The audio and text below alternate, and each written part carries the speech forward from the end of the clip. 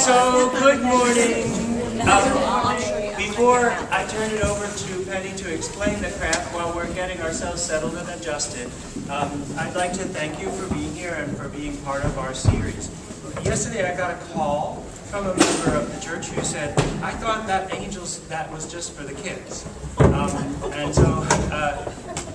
So Woody was asking me, it's really for everybody, and I said, yeah. So it's very interesting because one of the thoughts that came is, are angels just for kids, in the sense that you talk about them and you think about them just when you're really young. Well, I think when you get to be the other side of life too, you maybe think about them more, and then in the new time of life you think about them less, but does that mean that they're just childish things? There's something childish about angels. And the other thing that we wrestled with when we came up with this series was, are angels girlish? Are they a girl thing? And it's so interesting when you read the Bible stories that have angels in them, how very often the angels are, well, first of all, if they have a gender, it's male. In fact, female angels in the Bible, I'm not sure I know of any. But there are male angels all over the Bible. And in the earliest depictions, that's the gender they have. And it's only in the last century or two that the angels have started to be thought of and depicted as primarily a kind of feminine, in fact, a kind of beautiful feminine. Like, oh, isn't she beautiful, is what you think when you see a beautiful angel, instead of isn't he powerful, which is sort of closer to the scripture model. So thinking about that as we are going forward with our readings this last week in the Angel Guardians and Guides. And just to recap, I think the easiest way to recap is to remind you of our songs. We sang, go tell it on the mountain, over the hills and everywhere. Go tell it on the mountain that Jesus Christ is born. Which is a song that we sang to remind ourselves of that first role of the angels, which is to lift up, celebrate, praise at the throne of God and above humankind, to be leaders of our praises and our chorus. So that all the Christmas carols that talk about the angels appearing in the sky. And then we sang, here's a good one, we are climbing Jacob's ladder.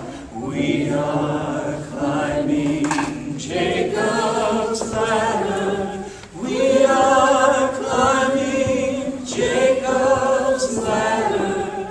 Children of the Lord. And we sang that one to remind ourselves about that ladder of communication that the angels were going up and down on in Jacob's dream in the wilderness, and how the messages from us to God and from God to us are facilitated by having these communicative intermediaries. That was the past week's reading. And we sang finally, all night, all day, angels watching over me, my Lord. All night, all day, angels watching over me. And obviously that one is to remind us of the custodian role. In fact, the guardian angels are called in Latin custodian angels, because they are taking care, and that's what custody means, taking care and guarding and guiding. And that's this coming week's readings will be all about that. So that's a kind of an arbitrary way of imagining angels, because they serve a whole rainbow of functions. But I've divided them up for our 3-week purposes into these 3 categories. Now, Penny, are you ready with the materials? Ready. Penny's going to explain what I just want to tell you that I sort of made up the way you make this angel, and I think it needs some strings cut on it, but there's one. Right? There's no good way to make it, because the more you mess it up or try a different thing, the more it becomes your angel and has its own personality. I made a little one. Sometimes they want to stand up more easily than others, but there might be something that you tuck into your tree too. So, but it was all an experiment. So this is how I experimented. But you might do it altogether differently. But this would give you a base to start with. I took 3 corn husks. you could get them the same size, but you know what? If they're not the same size, you just trim them off after. So there's no right way, there's no wrong way, and I put them together. This is how I made the base. I tied something right here, like a piece of twine. It's not going to show. Tie it in a knot. Leave about that much, and then you flip it over. So that turns out to be the head. Okay? So you start with the skinny end of the corn husk, 3 of them, bunch them together, and tie a piece of twine around them about however far down you want. Yours might have a big head or a small head. Far enough down so that it will stay and not slide off. So that would be my first instruction. So everybody try that part. After that, you stick in arms, wings, any way you want. And we have a little bit of tacky glue up here, but I found it's better if you move the husk a little bit and slide the wing in and it sort of sticks. So tie around your, everybody needs more husk thread. Do we have little scissors? Yes. They're supposed to be wet. I made all my angels with dry husk, so it just is a little bit easier. It's wet there. You don't need scissors, you just need husks, 4 husks. Okay. Right out of that bin. Bud, could you help me get more husks? Everybody in. It doesn't matter. Oh, they are wet. Maybe somebody could hold it for you. Since this is wet, I recommend putting your handout under the other way table around. for the time being. There we go. 4. 3 for the base and 1 for the... Now, it doesn't even look, Alice is already, it doesn't even look bad to have it cut like that. But if you wanted to have it more rounded, you flip it over and then ties a string around that way, and there's the head. Ah. Okay? But maybe you want your head. So you need 4 only? You only need 4 or 3. You only need 3 to make this any of these. Put the skinny ends together, tie it, and then flip it over. That's perfect. But if you come up with a better way to do it, perfect. Nice and wet. Yeah, Jackie, you have enough? Help each other. Somebody holding the other ground tie. Look who's standing here. Who needs more angel materials? Yep, but that, try these scissors. And well, let's keep those like that. So is that... No, I'm almost done. It's impossible. So while you're doing that, I'm going to remind you of the stories that we had this past week. We had the story of Hagar in the desert. And I'm wondering if there were some people who hadn't heard that story at all about Hagar running away from Sarah into the desert. Yes, Mr. Anderson? Good. What did you think about that story?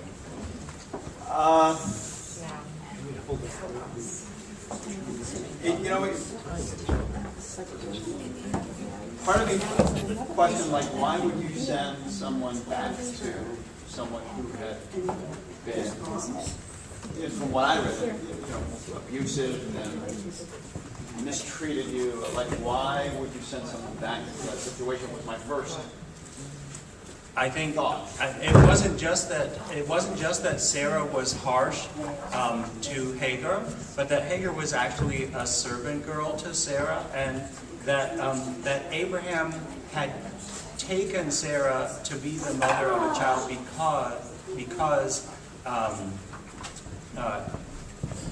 had taken Hagar to be the mother of his child because Sarah couldn't conceive. So actually, the child that Hagar was told to go back and have was Abraham's child. So the angel that appeared to Hagar in the desert was actually saying to her, go back into your bonds, serve your mistress who treats you badly, have the child of your master so that you become the mother of the generation of Ishmael. Now, does anybody know what Ishmael becomes? Who is that generation? The people of Ishmael become the traditional fathers of the Muslims. And so this is one of the origin stories between Judaism and Islam, is the story of how Ishmael is born to the handmaiden of Sarah.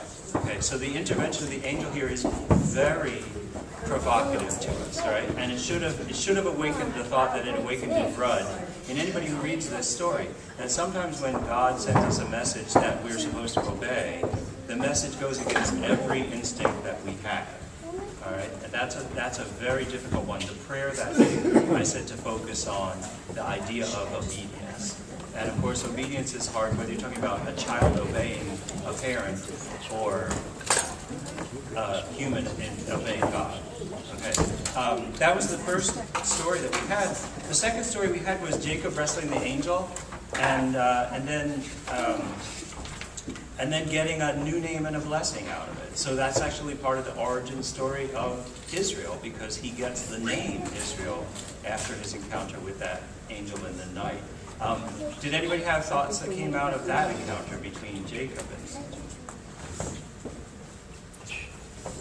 I preached on it and got some feedback from Eugene. I don't know if you remember that. I was talking about whether you win or lose when you strive with God, and whether it is possible for us to contend with God so thoroughly that we actually are not beaten down, as Jacob was not beaten down. And you don't remember having I don't remember what my reaction was. Your reaction was asking me if I really believed it. And I think that was such a wonderful thing, because I don't think preachers get asked that question often enough. Do you really believe what you just said to us? Is it in you what your message is that you're delivering? And I think that in the case of the story of Jacob wrestling the angel, for me, the idea of hanging on, because I used to wrestle with my brothers when I was growing up, and a lot of it was just not getting beat up. You know, it wasn't winning, it was not losing. That was the point. And to me, the story of Jacob and the angel is a lot about that. The next two stories that we had this past week. Before you go on, let me just give a next step. The next step? Oh dear. That means step one should be done. No. I took a part of a corn husk after I flipped mine over. So this is, and I tied a string around there to delineate the head. That's step two. Then I'm going to show you the ending, and then you can do whatever you want. I took a strip and rolled it up. So when you say strip, you can tear them down there like. And I slid it under, so it was a place to hold it. And then I took a couple to make wings. I fanned them out. I slid them in the same place as the arm. You can cut them. You know, I didn't want too big a wing, so I cut them. I tied, and on one of mine, I tied a little white string around the arms because I wanted it to look more like it was praying or holding a Bible there. And then, if you tie a string around the waist, it holds those arms and the wings in. Okay? So we'll get some more strings, and you tear these into wings and arms, and that's it. You can make your own halo by braiding pieces together. You can make hair. It's all yours. That's all I have. Okay, thanks, Penny. The next story of angel messengers was probably the one that most people know. The angel Gabriel appearing to Mary and giving her this news. And I wonder if anybody had new thoughts about that interaction between the angel and Mary, the angel and Joseph, the angel and the wise men during this past week's reading. Has this series brought any new insight to that? Nothing. Well, you're taking a little bit literally. In terms of? I mean, if you think about your own life, you get these messages. Right. They're not literally delivered by angels, but they sort of are. Right. I mean, you sort of know the truth of it in a way that you don't know other truths. I think this is an excellent place to start a deeper level of discussion here. That when the message comes to us from the angel, it isn't about as much that communication as what happens as a result of that communication. So in the Annunciation story, the interaction between Gabriel and Mary Gene is throwing out, well, do we have to say literally this being appears to Mary and literally she has this conversation with him, or does this message get imprinted in her psyche from within or from without? Somehow she knows this.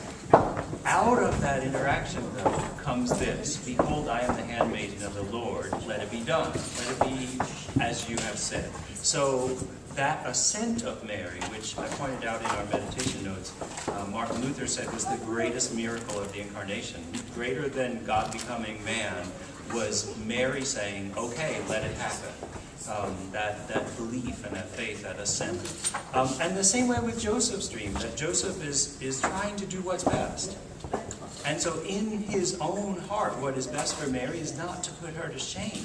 He doesn't want her to be ashamed in public, and so he's going to put her away quietly. He's going to say, well, I won't really go through with the wedding, but he's going to do it privately.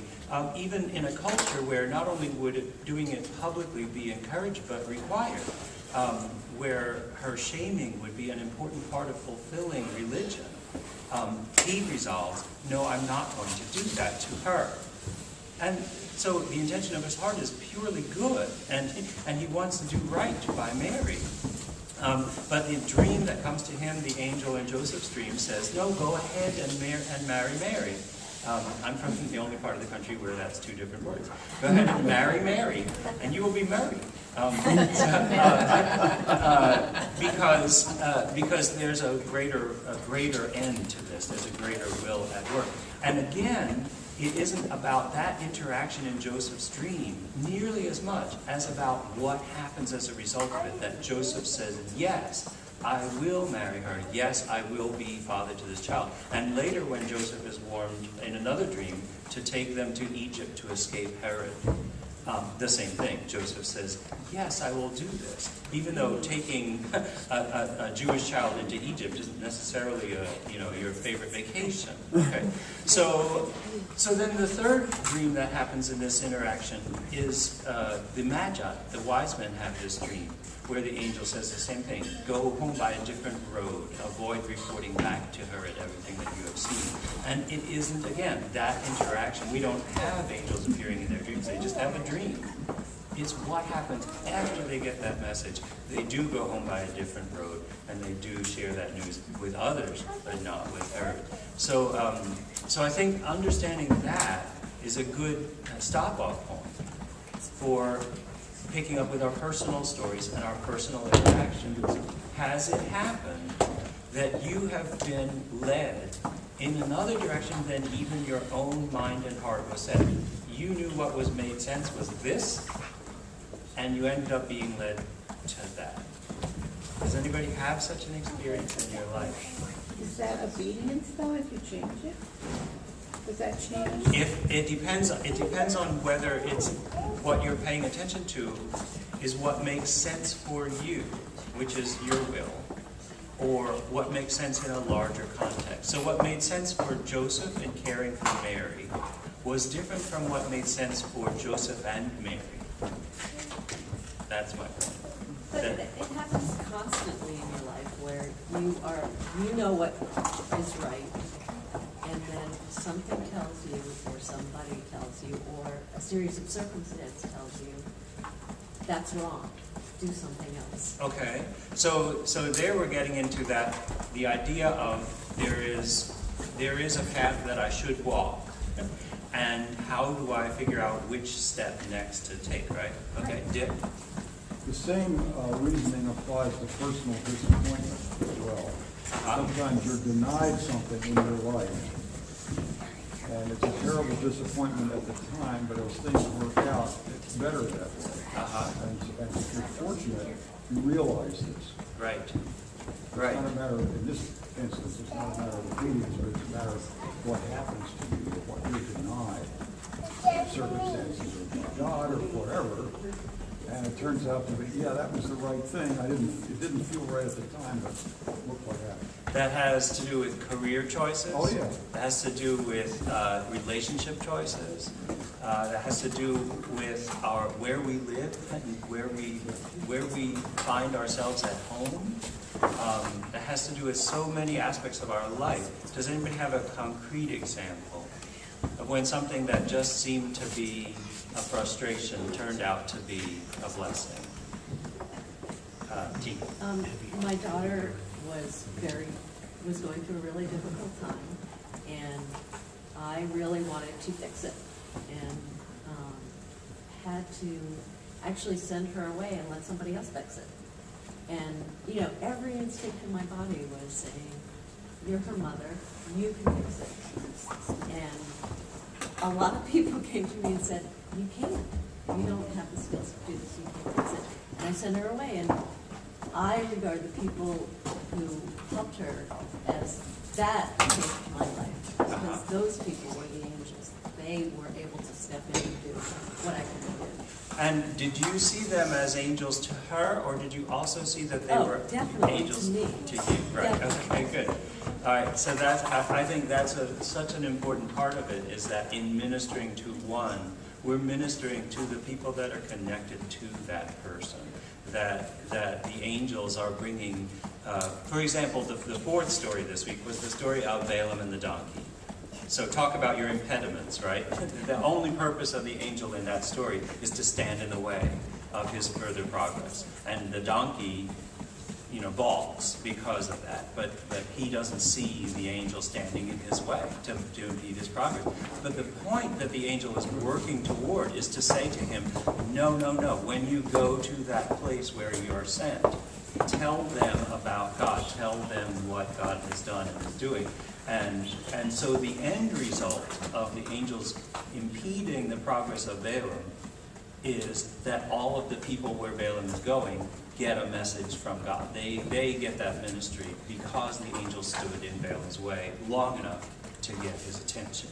All right, that's a great personal story. That kind of trust that other people are also in it with us, caring for the people we care for. Rudd, you had a story. I was going to say earlier in my life, when I was younger, went through a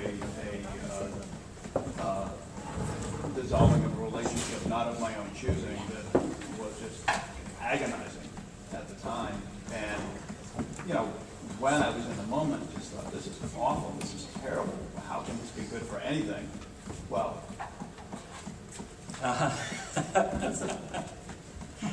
Right. clearly, while I would not wish that on anyone, that kind of anguish of the moment, what I have in my life now and who I have in my life now is worth any of that. But I think we get sometimes caught up in that time that it's tough for us to see past Right.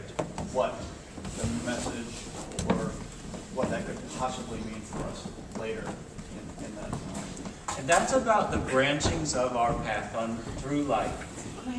That as we walk through life, if we were to stand at any point in our life and turn around, there's one path that we walk. But if we were to stand at any point in our life and face forward, there is no path that we can discern. There's a path we anticipate. That has nothing to do with the path we're going to walk. We didn't know when we left for that vacation that we wouldn't be able to come back for 3 weeks because we'd have a health problem develop on the vacation. We didn't know that, for example, a friend of mine had gallstones on the 20-hour flight to Tokyo. Okay, so we, he got on the plane and did not know that was the path ahead, right? And that sometimes that walking of that road can feel very wild.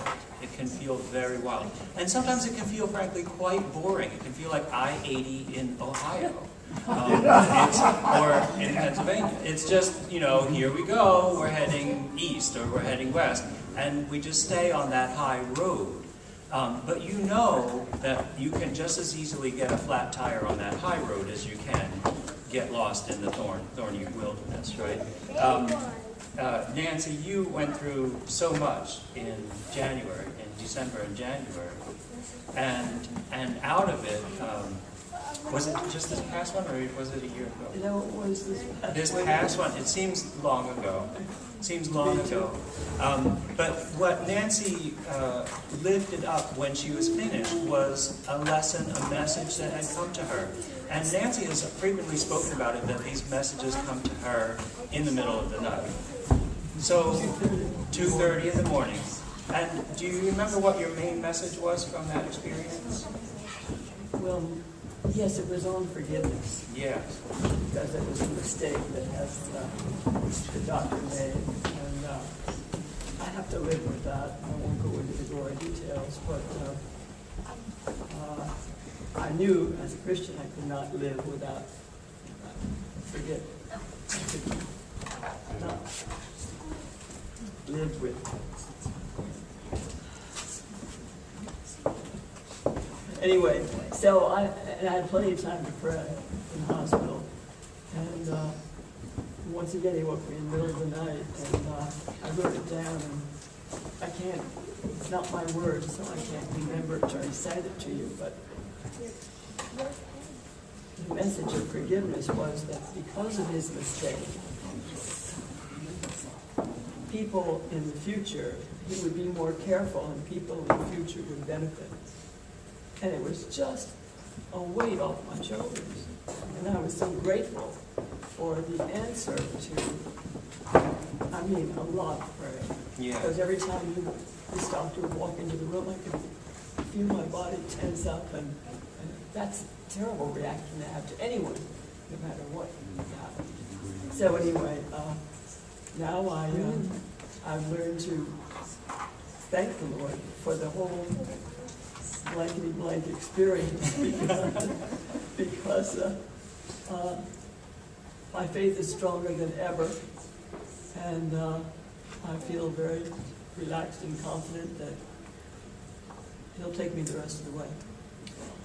So thank you, Nancy. I know it's hard to share stories as close as that. But it takes us back to where I started that first question about saying there's the thing that makes sense. And the thing that makes sense would be to hang on to your resentment and bitterness and anger out of that experience.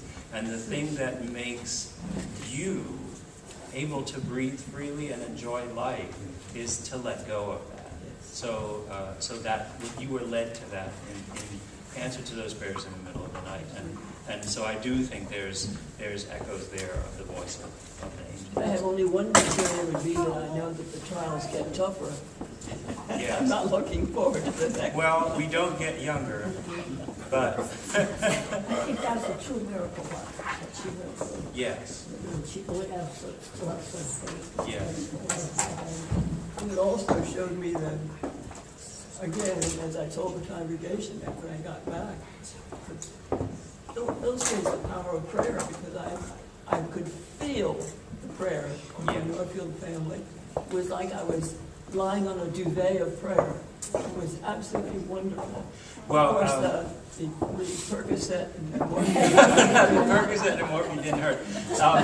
Jackie Troxel can talk I'm sure at length about the power of those prayers, because she's always keeping people informed as to where those needs are and how that's benefiting people. There are two stories in the coming week. The story of the 3 youths in the fiery furnace and the story of the liberation of St. Peter, that are both about not ultimately being conquered by evil, being saved by angels. And in both of those, what's really important is the prayerful confidence that you two were just talking about. So in the liberation of St. Peter, it's a tiny little phrase in the scripture, but it says, when Herod was killing and locking people up, and he also locked up St. Peter. Okay, so Peter's now imprisoned in jail with strong men and chains of iron and all of this. It says in just one little phrase, and the whole church was fervently praying to God for Peter. And then it tells the miraculous liberation. The angel comes to the prison and the chains fall loose and Peter leaves the prison. And all my life I've focused entirely on that part of the story, the liberation of Peter being the angel comes down and Peter is set free. And the thing I've always loved about the liberation of Peter is that Peter doesn't think it's happening. that Peter thinks it's just a nice dream he's having. And only when he's standing outside the prison looking back at the guards does he realize, oh wait, that happened in real life. And how many times has that happened to us, where we really don't measure the improvement that's happened. We really don't measure the setting free that's happened. We think, well, I'm still miserable. I'm still in chains. And then we turn around and we look back at how much progress we've made, how far we've come. And we realize, no, we've been set free. We have been set free. The road out of the prison is what I've always been focused on. But while Peter was in prison, the whole church fervently prayed to God for Peter. So that little phrase has come to mean so much more to me after being here in this context with you and with Jackie and all the people who are leading those prayers. And then the second one, the story of the 3 youths in the fiery furnace, is a little thing that is in some ways an answer to critique from outside the faithful, or from skeptics inside the faithful. And that is, when Shadrach, Meshach, and Abednego are told, you haven't been worshiping the false gods of Babylon, so we are going to throw you into the fiery furnace, they say, our God may save us. They say, our God may save us. But whether or not our God saves us, we will not worship your false gods. We will not bow down before the idol of the king. Because he set up a big statue of himself and said, worship me in that idol of me. And they said, our God may save us. Not our God will save us. And then their God does save them in the form of an angel, a fourth man in the furnace, dancing in the flames and not being singed. I couldn't include the whole story, but it includes the quaint detail that not even their clothes smelled of fire when they came out from the furnace. So again, the idea that our confidence is not a confidence in God keeping us from dying, in God because we will die. It is not a confidence in God keeping us from harm, because people suffer harms. It's a confidence in God, period. Stop the sentence. And then, out of that confidence comes strength, comes will, comes grace and mercy, and the gift of forgiveness, which is a great gift. What's that? And surrender. And surrender. And surrender. So, in the story of Hagar, obedience. Is obedience problem-free? I don't think so. But neither is liberation. Neither is being free problem-free. You're free to do anything you want. That's not problem-free. Because you can still cause harm for yourself. You can still cause harm to others. In that freedom comes no greater or lesser obligation to God. Okay? Does that make sense? All right. So I gave you a little hint of what's coming this week. Where are we? We've got about 3 minutes. So the end of this past week, please. Let's finish it out. Were the 2 stories of Abraham, and again, problematic stories. The binding of Isaac is an incredibly difficult story. When you talk about how difficult it was for a mother to let other people solve the child's problems. I thought of that story in that moment. The binding of Isaac. I did. I thought of that. You think about what it means to submit to a will that asks of you your child.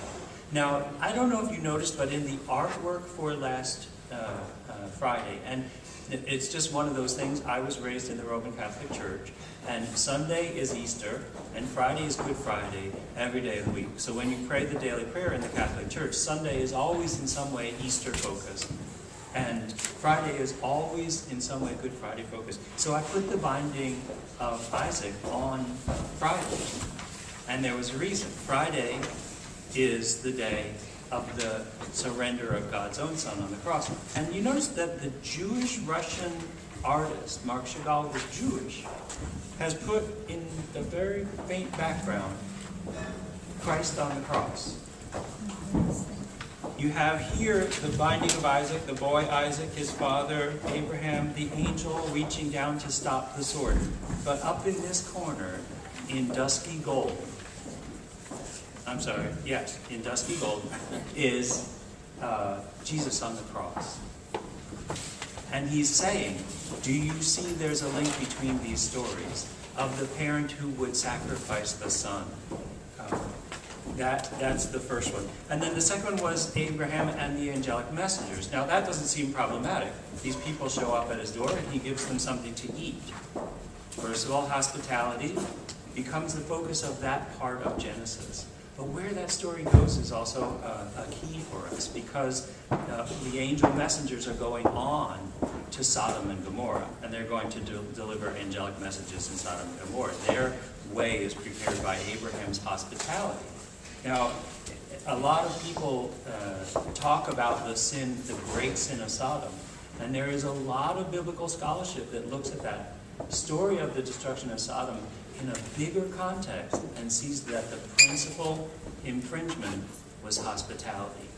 That the people of Sodom's great sin that they're punished for, it says right there in the next chapter of Genesis, was that they were as inhospitable and rude to these angel men who appeared at their door as Abraham was hospitable, giving them refreshment in the desert.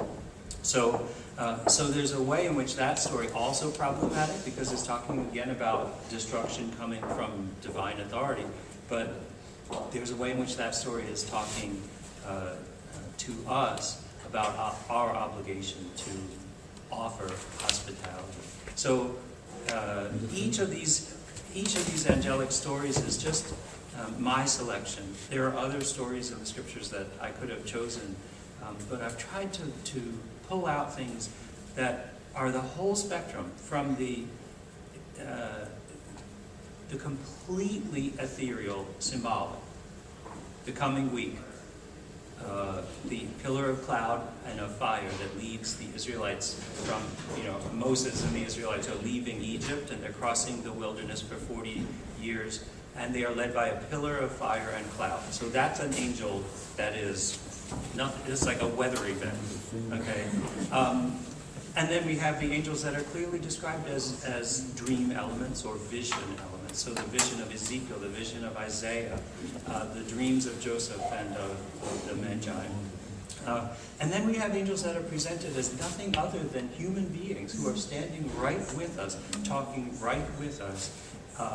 And the story of Tobit, that is probably unfamiliar to most of you because it's only in the non-Protestant Bible. It's in the apocryphal books of the Bible, and I have an explanation of what that is on the back page. But the story of Tobit, literally he goes through the entire experience of an adventure, a wonderfully novel-like adventure story, and he goes along with this young man, and he gets home, and only then does the young man say, oh, by the way, I'm Raphael, the archangel. So that's the most, here's a human being appearing as a messenger of God. And there's everything in between. I hope this has been worth something to you. My thought, thank you. My thought is to take the 3 weeks of handouts and convert them with just a little bit of tweaking into a 3-week cycle of meditations on the angels, and make them available to you, that if you would want to share them with family or friends or whatever, if you found it helpful to have to spend this time with angels, then I'm going to rework it, and so keep an eye out for that in the future. I'll make it into a single kind of booklet that you can get a hold of, and maybe make a donation to Soul Food if you want, but we're not going to charge for it. I don't know if you've all seen as children become teenagers, grandchildren, you can buy a nice little pin for them to put in their car, and it says, do not drive faster than your angel can fly. Yes. Or talk on the phone. In my car, whenever I go to the oil change place, there's often a response of shock, because there's a frog in my car. But it's a plastic frog.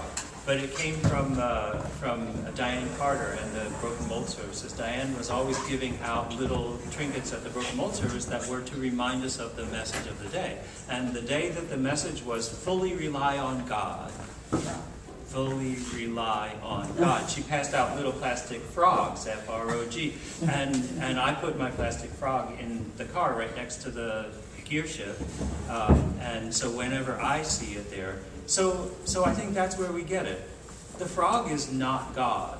I'm not worshiping the frog. And the frog is not even an angel or messenger of God. Unless from the presence of the frog, I remind myself that God is there above me and caring for me.